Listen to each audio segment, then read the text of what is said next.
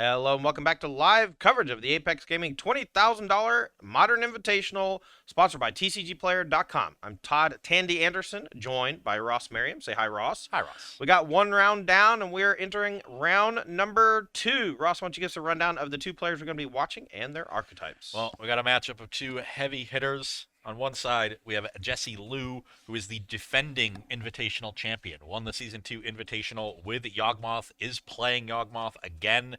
I remember covering that tournament, and he piloted the deck beautifully. Navigated Yes. complicated scenarios with ease. This is going to be a very tough out for one of the stronger players in our field, Mason Esports Clark. He is playing a up the beanstalk deck, but one without any cascaders. He's going Okay. a little old school, playing Ren and 6, playing more cheap interaction. He's got prismatic endings. He's got spell pierces. We might see a Soul Cauldron get spell pierce. That would be fun. Yeah.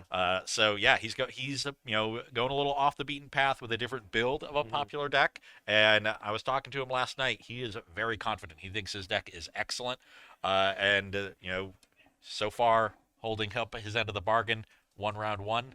Needs to win one here against a very tough opponent. Yeah, we have seen Mason here on the Apex series playing Rakdos Scam a lot over the last few months. So him switching to this Omnath deck playing up the Beanstalk, it's not the Cascade build, it's more of the control build. This is a very unique take, and I'm curious how it's going to match up against Jesse Liu's Yawgmoth. So let's head on down to the feature match area without further ado and watch these two players battle it out to see who becomes 2-0 and marches their way towards that coveted top 8. Sure, they both want this Ragavan playmat. I know I do. Yeah, I think I'm just going to steal one. I was going to ask someone if they wanted to trade. I'd trade a lot for it. It's cool. Maybe announcing that on air wasn't the best strategy, but it's okay. All right, well, players here are finishing their mulligans. It looks like Jesse is going down to 5 cards. And that's not the greatest if you're a Yawgmoth fan, but I've seen crazier things happen than Yawgmoth winning on 5 cards. yeah, once the Yawg deck gets going, it can generate a lot of card advantage, but you need a lot of resources to get the engine up and running. You need Yawgmoth, a bunch of creatures, you want to have a good amount of mana on the battlefield, so yeah, I think this is one of the decks in Modern that doesn't mulligan as well. We've seen a lot of decks that do mulligan well. Yawg I would put on the other end of the spectrum. So Dom Harvey coined this, I think, a few months back, was talking about rectangle theory, and that's just like raw permanence in Magic just matter so much more these days. And your cards, even though you're mulling into 5, if you can generate enough rectangles, other fake pieces of cardboard or real pieces of cardboard, that's where you want to be at. And a lot of 2-card combos generate a lot of rectangles, but Yawgmoth needs a lot of those rectangles to be able to function. And if we're thinking about cards that generate a lot of those rectangles in the Yawgmoth deck, the top of the list has got to be Grist. Yes. So if I'm Jesse Liu on a mulligan to 5, I'm looking to land Grist as quickly as I can. I see Jesse thumbing an Hapatra. Plays Takanuma for turn. You get that wind swept off to the side into the graveyard. There might be a Yawgmoth in hand, too. Here comes the bowman. Snip, snap. 1 damage to you. Make an army. Yeah, that's 2 rectangles. Right. And now we're going to do fire ice, and we're going to kill 2 rectangles. See ya. Yeah, interesting. When I was looking over Mason's list, I saw the Fire Ices, and that's usually a removal spell that you play in decks with Cascade cards because it doesn't affect your Cascades. But Mason's saying it's good enough to play even without Cascade, and there you're seeing one of the main reasons why. Fire matches up so well against Orcish Bowmasters, and that is one of the preeminent threats in the current Modern metagame. All right, going to go back Jesse Liu's way after the end of turn Bowmaster gets handled by the Fire Ice. We're going to shock with Overgrown Tomb. We're going to play Hapatra and a Young Wolf. We're going to go back Mason's way and see if he can contain these threats. 2 more rectangles. Pass the turn. Yep. There it is. Raw cards. Board permanents. We know a solid start from Jesse on 5 cards, but needs one of his heavy hitters to follow it up. Needs Grist, needs Yawgmoth. Court Calling. Yeah. Mason here. Looks like he is playing the Kahira Companion, so his only creatures in the deck are going to be those elementals more than likely. Unless he's got a kitty hanging out in there somewhere that I don't see. Okay. Kahira, though, is more of an acquaintance than a companion. Well, it's also a big indicator of what you can expect from your opponent's deck, right? And so Jesse sees the Kahir and he knows there's no Shardless Agent, so he knows it's going to be Solitude Control, maybe even Counterspell lying on the other side of the table. All right, looks like we have a judge call here. I think Mason probably just wants clarification on this Hapatra because I believe it's not in English, and he may want to kill it, but he may want to let it happen. So Hapatra, 2 cost, 2/2, says whenever she deals damage to a player, or combat damage to a player, you may put a -1/-1 counter on target creature. When you put 1 or more -1/-1 counters on a creature, create a 1/1 green snake creature token with Death Touch. So it doesn't say only opponents, which means that Jesse can hit his own Yawgmoth. It'll come back with Undying and make a 1/1 as well. Yeah, if he wants to keep the Yawgmoth around, could also just put a -1/-1 counter on the Hapatra itself. Leave that as a 1/1, and then make a snake there. All right, just getting the Oracle text on the Hapatra. That seems like that's what the judge call was. And now we're going to go back to the combat step and see if Mason wants to interact here. I imagine he will. Yeah, I think it's Leyline Binding. And I think he's just like, do I want to burn a Leyline Binding on a Hapatra? When you're playing against the Yogg deck, you want to just control their battlefield. Again, rectangle theory, you want to limit their number of rectangles. And so, if we can trade 1 for 1 and stop another creature token from entering. We're about to get Dom Harvey a record deal talking like this about him, huh? And indeed, there is a Leyline Binding. Oh, but that's actually, it's going to hit. Oh. Ooh, I like this. Doing it with the trigger on the stack so the counter never gets placed and so the token doesn't get made. You still limit the extra rectangle, but you answer the threat that you wanted to answer anyway. All right, here's an Agatha's Soul Cauldron to follow up, and that can start eating the graveyard and putting counters on stuff. We're going to go eating the Orcish Bowmaster here and put a counter on the Hapatra. Mason says, I'll respond. Maybe has another Fire Ice. Maybe says that's fine. Gets Rogran Triumph. Getting a counter on the Hapatra here can protect it from another fire. It's now 3/3, so. Mason going to bulk. Get a different lane instead. Steam Vents over the Rogran Triumph. Maybe he wants to save the Rogran Triumph in the deck. He does have Renin 6 in his archetype, so maybe looking to have that to be a cycling land later on, since he might be a little flooded in hand. All right, going to go back Mason's way. Draws a Solitude. Nice pickup here. Answer to the Patra. Going to start with Omnath to draw card. Can't play a land this turn. It says go. Is that Spreading Seas? Do you have Spreading Seas in his deck? No. It's got to be something else. It's blue. It's Spell Pierce. Okay. Yeah. There's a couple. It's from Zendikar. There's a couple Spell Pierces in the deck.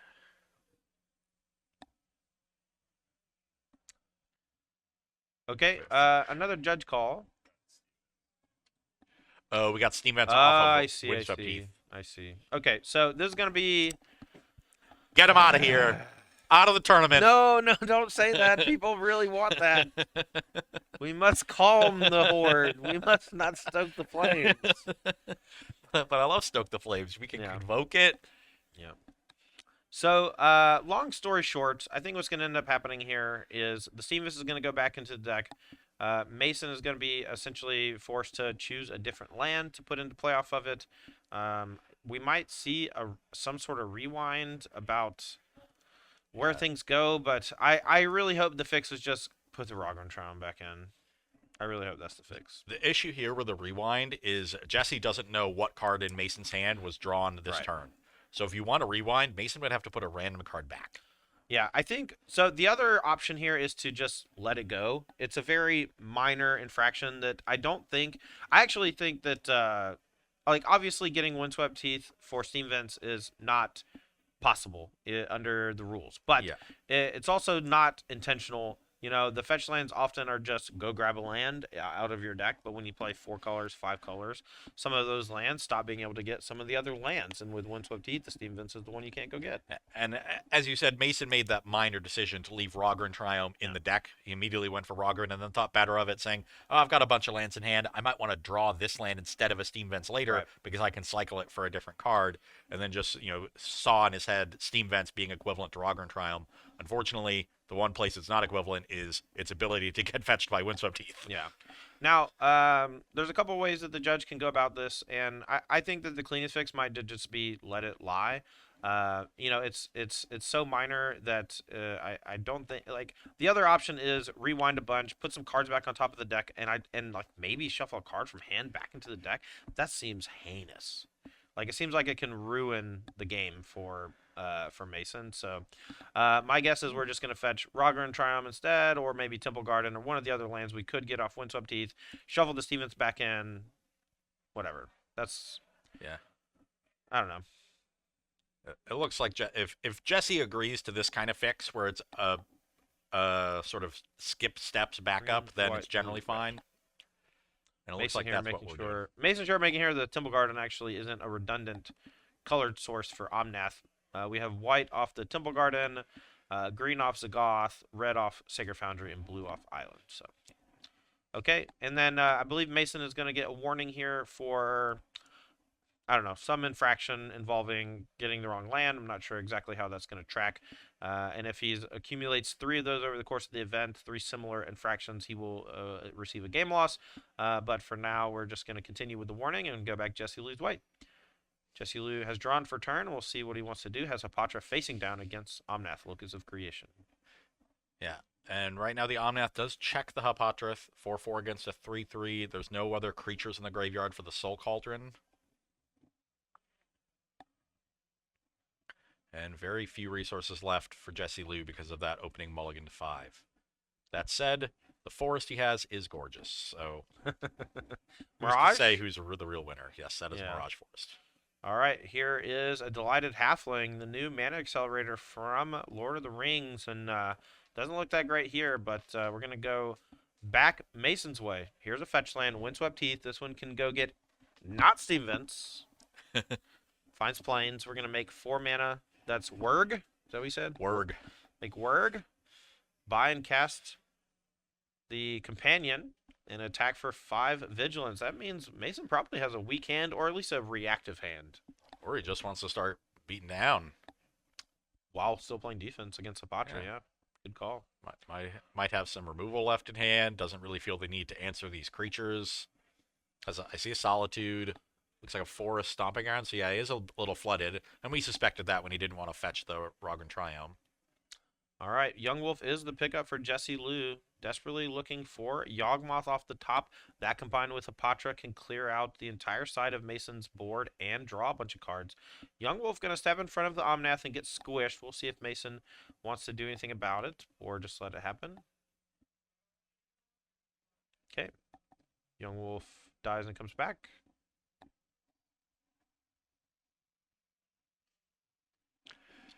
Yeah, Mason just going to be patient here. You know, could get really aggressive. Maybe like have solituded that young wolf and attack with both creatures, and doesn't want to do that because that could leave him vulnerable to certain top decks from Jesse Lou. Just save your removal. You're gaining an advantage here every time you attack if Jesse's just jump blocking. So there's no point in getting overly aggressive. You're whittling your opponent's resources down as best you can while still saving all of your options to answer whatever he might draw. All right, here's a Beanstalk. Going to force the action. Jesse going to, in response, play Orcish Bowmasters. That, combined with the Beanstalk draw, will kill the Orphan Guard. We'll see if Mason has a check. We do have a Solitude in hand. I think we can maybe... Oh, I don't think we've... Fetch land can't save us with the Omnath Solitude. Draw a card. Deal second damage to Kira. Yeah. And now that's another creature in the graveyard for the Soul Cauldron, so we can spread another counter somewhere. That means the Omnath can't really attack at this point. Yeah, Jesse building a pretty good battlefield here, considering how low on resources he was. Orcish Bowmaster is doing a great job of helping buy him some time. Here's a land. We're going to gain some more life off the Omnath. Yeah, Mason probably kicking himself for not playing a land before the Up the Beanstalk. Right. A small misstep. We'll see if it ends up costing him. Okay, we're going to go fetching. This is going to make Wurg for the Omnath, and now we can play the Solitude, eating the Bowmaster and draw a card, but that will give an extra counter to the Orc Army. And maybe we don't even want to use it right away. Interesting. We'll see what he wants to do. Fetch Steam Vents, take some damage. Now we can fetch the Steam Vents. Okay. Relax. Solitude. Draw a card off the beans. 1 damage. Face. Upstairs.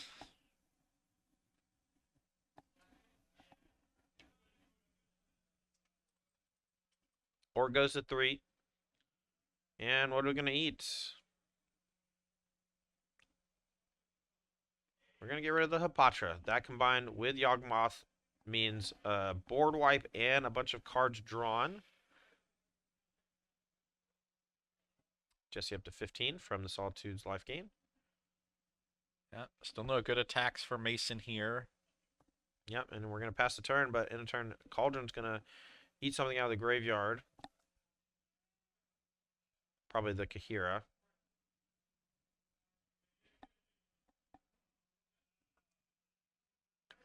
Where do we want to put this counter? Maybe just on the Orc army, then it's as big as the Omnath. Right. And bigger than the Solitude. It's All right. also the threat that has the least utility with your own card advantage game plan. So if Mason uses a removal spell on that, you're still well set up to do cool things with Yawgmoth. And you're also able to just regrow the Orc army again from scratch because of all the Beanstalk triggers. Indeed. All right, here's an attack for 4. Mason down to 15. Looks like a relatively weak attack against Omnath. Locus of Creation just drawing a bunch of cards. But here is Grist, the Hunger Tide. That is an excellent draw. It is a creature on the stack, so the Spell Pierce cannot target it. Good point. Good point. There is a delay to Halfling to pay for the Pierce anyway, but a double Pierce couldn't stop it. We're going to take it down. In response, Jesse is going to lose that Agatha Soul Cauldron to the Boseiju, but is going to be able to go get a land. You saw, so the channel is part of the discard, part of the cost of activating Boseiju. And so the Boseiju's in the graveyard with the ability on the stack. Jesse wisely uses the Soul Cauldron to exile the Boseiju. Mason is playing Ren and 6, so that will stop any rebuying of that Boseiju for future Soul Cauldrons. Good call. That's the reason Jesse is our defending champion from the Season 2 Invitational with this Yawgmoth deck. That was before Agatha Soul Cauldron now. I'm sure he's happier playing the deck with Agatha Soul Cauldron in it. It's been quite good for him. It's looking pretty good here, but now it's done. Back Mason's way. Another Solitude. That's a solid draw. So we could exile the Yawgmoth and then make an attack, but the draw off the bean means that Jesse could ping the Solitude that is not summoning 6, so the Bowmaster would potentially trade with it and then keep the Grist around. It's going to be difficult to get the Grist off the table this turn, I think, unless Mason has 2 removal spells. We'll see where Jesse aims the Bowmaster trigger here. Yeah, Jesse thinking about it. We're going to go up on the Orc, deal 1 to the Solitude. I like it. I like it. Now we're going to eat Yawgmoth. Is there another removal spell here for Mason? If he has a removal spell for the Bowmaster, that would be huge. All right, and now Jesse considering a block with the Bowmaster on the Solitude, and it is a trade because of the 1 damage, and we do. Mason going to gain 3 life, but Grist stays alive. Does Mason have Ren and 6 or something similar to knock off the Grist, or will it survive for 1 more turn? We're going to shock down to 16. Say go. Okay, Jesse doing a great job of trying to claw his way back in this game. Looks like 4 cards in hand now for Mason. One of them is that Spell Pierce that isn't doing a whole lot right now. No, but it could be a nice counter to Court of Calling later in the game. That is one of the primary ways to go get Yawgmoth, and it's pretty expensive right now. And so, ooh, we mill over a Court of Calling to make a Grist token, but if you're Mason, you're like, dang, wish you had drawn that one this turn. Looks like yet another Solitude in Mason's hand. That's going to be an excellent one. You know, exiles a creature, draws a card off the Beanstalk, is a 3/2 body itself. It's generating a lot of card advantage. Plays another Grist. Interesting. We're going to go ahead and I guess maybe plus, but maybe just minus to kill the Solitude. All right, here's a plus. Another token. That's going to protect it from the Solitude attack. So if Mason just attacks with Solitude on his turn... Oh, here comes a main deck Endurance. We're going to eat the graveyard here. This is why we shocked in with that Stomping Ground. We're going to put Jesse lose graveyard back into the deck. Goes on the bottom. It's in the deck, ain't it? But a specific place in the deck. Okay, buddy. Okay. Does Jesse try to double block the Solitude, which would get blown up by Mason's Solitude? One in hand, that is. I see a Hallowed Fountain in hand. I thought I maybe saw a Misty Rainforest as well. And then that Spell Pierce. Not a great hand for Mason, but he is certainly still ahead. Interesting that Jesse decided to play the second Grist. You know, Mason was willing to trade Solitude for a Bowmaster in order to attempt to attack down the first Grist. So, you know, each one of them is a pretty high value threat. And to throw one away for a small tempo gain, not sure I like it. Yeah, maybe Jesse saw something we didn't. We're going to double block the Solitude, though. And Mason says, that's fine. We're not Okay. going to burn Solitude on it. We want to save that for that 5/5 that's crunching in on my life total. Also reasonable, because then Mason will still have 2 attackers against the Grist, against presumably 1 blocker that the Grist makes. So Jesse will have to draw, you know, some sort of creature. All right, now back Jesse Lou's way. We know that Solitude's there. We know it can eat the 5/5. Mason says, I have bigger plans for this Solitude. I'm going to wait till the end step in case you drew Yawgmoth or something similar. You're going to mill over and make another Sapperling. One of the underrated aspects of this game is how much life Mason has gained from those Solitude attacks and the Omnath that was in play earlier. Now, Mason's at 9. I'm willing to bet Jesse has dealt more than 20 damage in this game. Absolutely. But Mason had such a Omnath life alone, buffer. yeah. He was able to just take these attacks and sort of ignore that large threat that Jesse made. If he wasn't able to ignore it, his turns would have been much more constrained. All right, here's an end of turn Solitude. That's going to go after Wall of Roots, and that Wall of Roots no longer able to block, and Grist is going to go down. Solitude continues to gain life, and Mason back up to 12, even after taking chunks and chunks this game. But now we're sort of at a stalemate if the Orc army stays back.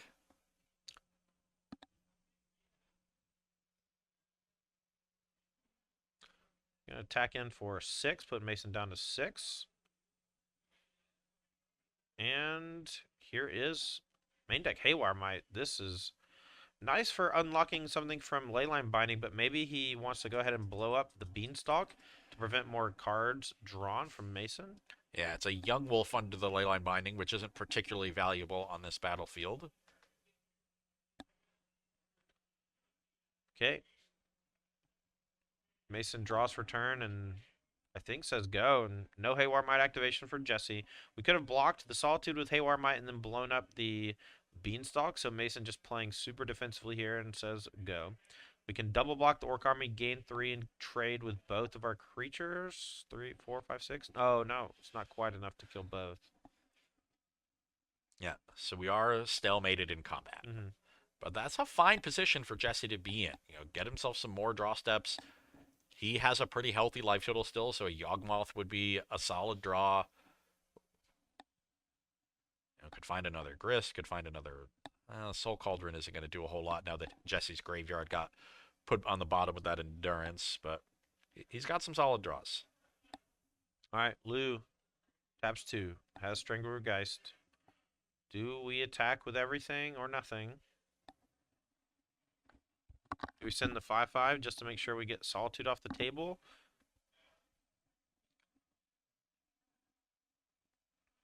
Let's see. Now we have 2 creatures that check the Solitude if it attacks, so I don't like trading the 5/5 for it. Well, if we attack with everything, a double block on the Orc army isn't nearly as good as it would be otherwise. So the question is, if you attack with everything, is there incentive to even block the 5/5 if we can survive in another way? Looks like we're going to send the Stranglergeist and the Orc army. I actually kind of like that play. There's a double block, so one of these 2 creatures is going to go down, Orc army down. Stranglergeist going to get in for 2, but mostly clear the way. We'll see if Jesse wants to kill the 4 toughness creature or the lifelinker 2 toughness creature. Yeah, both have their strengths. I kind of want to get rid of the bigger one. You know. Yeah, me too. Jesse disagrees, though. All right, so I'm going to go back Mason's way in just a moment. Empty-handed for Jesse Lou. Is that Fury? Is that the game ender himself? Yeah, Mason immediately grabs his lands to cast this Fury. One heck of a card is Fury. We're going to cast it for 5 and draw a card. Once we have more information, we'll decide where the 4 damage is split. And it goes 1/1/1, and who cares where the other one goes? In response, Haywire Mite's going to blow up the Leyline Binding or the Beanstalk. We're going to gain 2 life as well. We'll see what we want to target. Given how Jesse didn't deal with the Beanstalk earlier, yeah, I said it's probably going to answer the Leyline Binding, which should be exiled Mason. All right, go get him, Director. Get him out of here. Bark, bark, bark, bark, bark. Yeah, Binding's exiled from Haywire Mite. All right.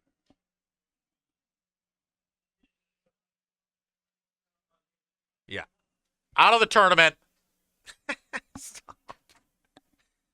You're going to cause a riot. All right, here's Expressive Iteration, top 3. We're going to go digging for some goods. We haven't played a land yet, so we can still play one of those for free off of the Expressive. Jesse fought valiantly in this game, but I think that Fury is the nail in the coffin. Don't you dare say this game is over just yet. If Jesse draws Yawgmoth, he can literally draw 18 cards.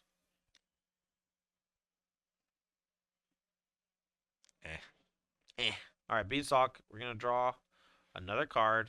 I think is that a Leyline Binding? I think it was a prismatic ending. Okay. I did see a white card. I'm not 100%. Is that the nail in the coffin? Fine. That's the nail in the coffin, Ross. Here's an attack for 3. Whenever the control deck starts attacking, you know the game's well in hand. Beseiju the Peel for Jesse Liu, I believe. Going to pass the turn back. Strangru Geist looking a little weak against these 2 large elementals from Mason's side. And this game 1 is taking quite a while. You see about half the clock gone, so these players are going to have to pick up the pace, especially Jesse Liu. Yeah, and he concedes early here. All right, good concession there from Jesse. It was going to take a couple more turns, I think, for Mason attacking to actually finish the job, but conserving some time is good news. As these players reach for their sideboard for some help, I'm going to reach over to the other side of the desk and ask my man, Ross, give me your expert analysis. How does Jesse Liu combat this interesting take on Omnath Beans from Mason Esports Clark? Okay, Jesse Liu's sideboard has 1 Shield of the Apocalypse, 1 Endurance, 2 Fulminate Intermage, 1 Reclamation Sage, 1 Soulless Jailer, 1 Legion's End, 2 Force of Vigor, 1 Go for the Throat, 1 Tear Asunder, 1 Fatal Push, 2 Void Mirror, and 1 Elven Chorus. I definitely like the Shieldred. That's a very good one against Up the Beanstalk. I like the Elven Chorus as a strong source of card advantage in the mid to late game. The thing that interests me is how much removal is Jesse Liu going to want? Omnath is a really powerful card. You want to have answers to it, and it's often better to have instant speed answers to it because your opponents are going to wait till turn 5 and get that huge mana boost. So maybe we want some number of something like Go for the Throat or Tear Asunder. Because Tear Asunder can also answer a Leyline Binding or an Up the Beanstalk. Not sure. That'll be up to Jesse and how he approaches the matchup. I'm also tempted by these Fulminate Intermages. It is an excellent one with Agatha's Soul Cauldron. Yeah. And while there are some basics in the deck for Mason, there's 3. There's not there's a lot of non-basics, and it's a very mana-hungry deck. So, if you can keep Renin 6 off the battlefield, Fulminate Intermage can do a lot of work. All right, on the other side of things, Mason's sideboard looks pretty interesting here. What do you think he's going to be bringing in against this Yawgmoth deck? Yeah, so he does have the 1 Kahira as a companion, 2 copies of Subtlety, 2 Force of Vigor, 2 Force of Negation, 2 Flusterstorm, 2 Chalice of the Void, 1 Engineered Explosives, and 3 Leyline of Sanctity. I think we'll see the Subtleties come in. It's a pretty creature-heavy deck. It can also stop a Grist. Right. I think we'll see the Engineered Explosives. There's a lot of cheap creatures. It can also deal with a Soul Cauldron if you cast it on 2, maybe hit a Wall of Roots as well. And I think that might be it. There's not a ton else that I really like. The current builds of Yawgmoth don't have as many of those expensive tutors like Eldritch Evolution and Chord of Calling. There are 4 chords, but no evolutions. So, the things like Force of Negation and Flusterstorm, Spell Pierce aren't as good. Force can hit a Soul Cauldron, but it can't hit Yawgmoth. That's a creature on the stack. There's just very few targets for those cards in the deck. So I don't think we'll see Mason bring them in. All right. Well, as these players are figuring out their sideboarding and shuffling up here for game number 2, I'd like to take this time to say thank you to our sponsors for this weekend's festivities. Thanks to Ultimate Guard. They have top-of-the-line TCG supplies from the Katana sleeves to the Archive deck box. The Katana sleeves are best in market, if you ask me. And the Archive deck box is excellent for holding your cube or a whole slew of commander decks and protecting them from rain, sleet, and snow. Make sure to check out moxfield.com. They're a deck building website that I've been using recently on my personal stream. It's a nice way to share lists from your friends and keep all of your decks compiled in one neat little spot. Moxfield.com. Thank you so much for sponsoring this event. Wings Etc. Grill and Pub. They're good food, good fun. We were there on Friday night. We'll probably be going again tonight, and we thank them so much for sponsoring our event. Also, thank you to Kilgore Trout, new Ooh, subscriber. new subbie. We love new subbies. If you got a Prime sub lying around, we'd really appreciate it. Prime subs help pay the bills, keep the lights on, and supply this $20,000 prize pool we got Yeah. going on today. We Giving really away a appreciate lot of it. money here. Yes, we are. Thank you so much to Apex Gaming for having Ross, Miriam, and myself come up to provide commentary for you folks at home. We really enjoy doing it, and we really thank them for their hospitality and putting on such a good show. Ooh, looks like our middle feature match just finished up. That was Garrison Fote and Cody Hill. Well, that probably means Garrison won because he's playing a very aggressive deck. Yeah. Also, the person that gets up quickly from the table is usually the person that lost. Not from my experience. Usually I leave my opponent in shambles. All right, players here are drawing their opening 7. We'll see if they're going to be taking any mulligans or if we're ready to go for game number 2. We got about 20 minutes left on the clock. These players got to be aware that the time might be a factor, but Jesse going to go ahead and mulligan that 7 down to 6, looking for a better start. You were right. Cody won that match. Oh, all right. One last sponsor I do want to say a big thank you to is our marquee sponsor for the Apex series. That's tcgplayer.com. They are the premier marketplace to find singles. If you are looking for a way to fill out your modern or pioneer deck, check out tcgplayer.com today to find those singles. And if you are a store or a retailer looking to start selling stuff, you can join their marketplace and provide your wares for the common folk. We promise there are hot singles in your area, and TCG Player is providing them. All right, you got a big laugh out of me and the director on that one. You get 2 points for that one. We're off to the races here. Game number 2. Jesse Lou starts with Delighted Halfling. Starts on 6 cards, has a mana creature on turn 1. Much better than game 1 for Jesse here. All right, we're going to go back Mason's way and see if he has a 1-mana answer to the Halfling or just fetches a Triumph. The deck really wants to fetch Triumphs early to fix the mana, but Prismatic Ending could be the play. No, passing of the turn. Jesse Lou, turn 2. Do you have a land? I see a Court of Calling in hand. Attack for 1. Yeah, that's not great. There's a Beseiju. And if we're playing Beseiju, that's a sign that we do not have a third land. Right, and that usually, is one of the better lands to have later in the game in the Yawgmoth deck against the Omnath deck, specifically because it kills Beanstalk and Leyline Binding. Okay. I see a second Court of Calling in Jesse's hand, which is not great. He really needs these mana creatures to live. And the other card, I didn't get a great look at it, but I think it might be the one Elven Chorus from the sideboard. Okay, well, if he's able to untap with these 2 creatures, he can probably Chord or Elven Chorus. We'll see if Mason has anything to do with it, and we fire off fire on Delighted Halfling, and it goes to the bin. Mason had Renin 6 in hand, but the addition of Delighted Halfling to these Yogg decks really insulates them against that -1. Yeah. There used to be Birds of Paradise and Ignoble Hierarch in these decks, so the Renin 6 would have been an excellent play. Instead, Mason has to use one of his other removal spells in order to answer the 1-mana creature from Jesse Lou. All right, no play from Jesse on turn 3. No land, no creature. Just going to pass the turn, looking to Court of Calling for 1 on the end step. Mason here going to go for a Beanstalk to draw a card. We're going to start getting the engine up and running since I don't think we're that far behind here. I think I see a Leyline Binding, which is going to cost 1 mana. We have full domain, so Beanstalk plus Binding here would be great. Ooh, but it has a tapped land. All right, Jesse Lou, we're going to go back your way. What can you do? we can cord for 1 here, and if Elven Chorus is in the hand, cording for another mana creature will let us cast it. So that might be the play here for Jesse Lou. Just use that first cord to get some more mana. Well, we're going to cord for, it looks like 1. I was actually kind of expecting him to cord for 0 to go get Dryad Arbor, but there's a chance that he's not playing Dryad Arbor. Yeah, no Dryad Arbor in Jesse's list. That's been out for a while. Yeah, the whole shtick of Orcish Bowmaster, Fury, and even Wrenn and 6 just makes the prospect of playing a 1 toughness creature so demoralizing. Yeah, especially one that counts as your land drop a lot of the time.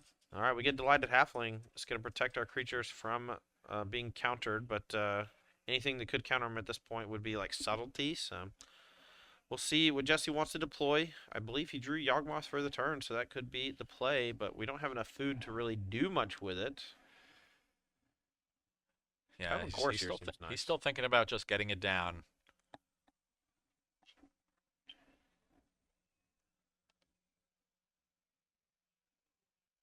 The Yawgmoth will insulate him from further removal on his mana creatures, which is a strong play for Mason at this point because Jesse's been missing land drops. So,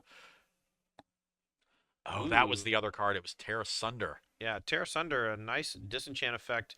2 cost, exile an artifact or enchantment, but you can pay a kicker of a black and a 1 to exile target non-land permanent, I believe. It's a nice sideboard card for a lot of green and black decks in multiple formats, and here we see Jesse Lou using it to take care of that up the beanstalk. Yeah, I think the way Mason played his previous turn, where he was a little demoralized for not having the land for Leyline Binding, let Jesse get a read onto Mason's hand. So he says, "I know you've got something prepared with that up the beanstalk. I want to stop some of that card advantage." No attack with the Delighted Halfling though, so maybe that means Jesse's able to cord for 1 again here. Because he did use the Wall of Roots mana to leave open the ability to cord for 1 again. With Fury. Well, draw a card. So the Wall of Roots is currently an 0/3. Right, so, but we can go 2 to the Halfling, 2 to the Wall of Roots, so if you use it for mana, it dies. Yeah. And so that'll stop any cord shenanigans, which is something Jesse would like to do here.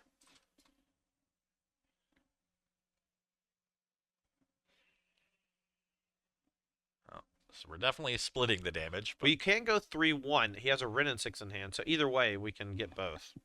Well, if he goes 3-1, then we will certainly see Jesse cord for 1 in response. Yeah. But then you're going to lose the Halfling, and that's still pretty good for Mason.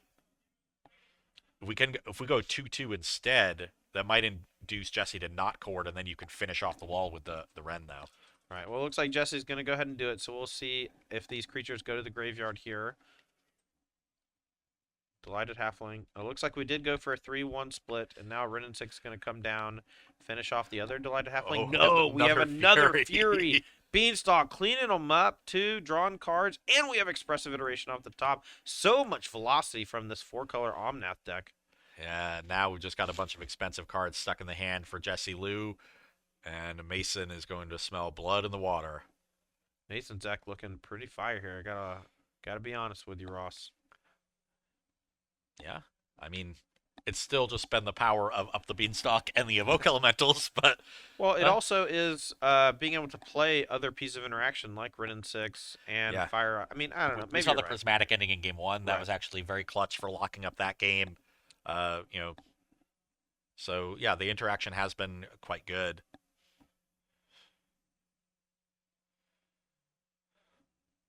Yeah, I think both Wrenn and 6s that were in Mason's hand are now gone. They got pitched to the Furies. Jesse out here just plunking in for 1 with an Orc army.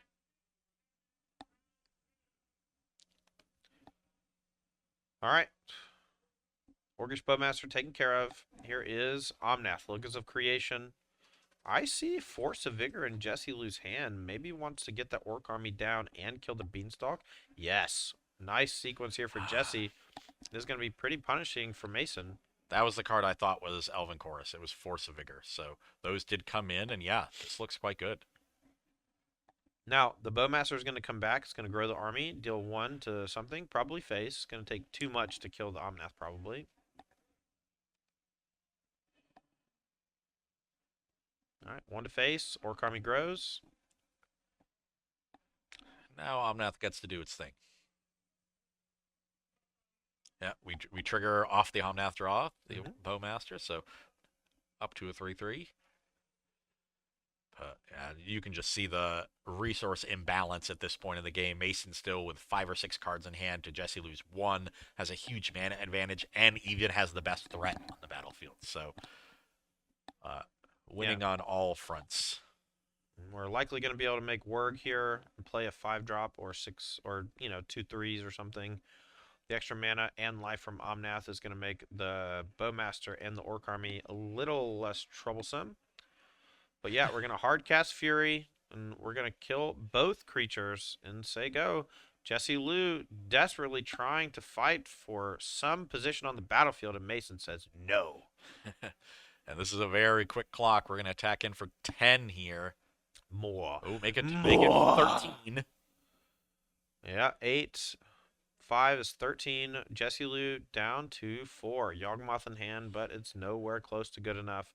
We'll see what he can draw for the turn, but I don't think anything's going to help him. And I know Mason has a Solitude in hand as well. Yeah, I think Jesse's just gotten a little extra camera time. Oh, GG. All right, that is 2-0. Mason Esports Clark defeats our defending champion, Jesse Lou.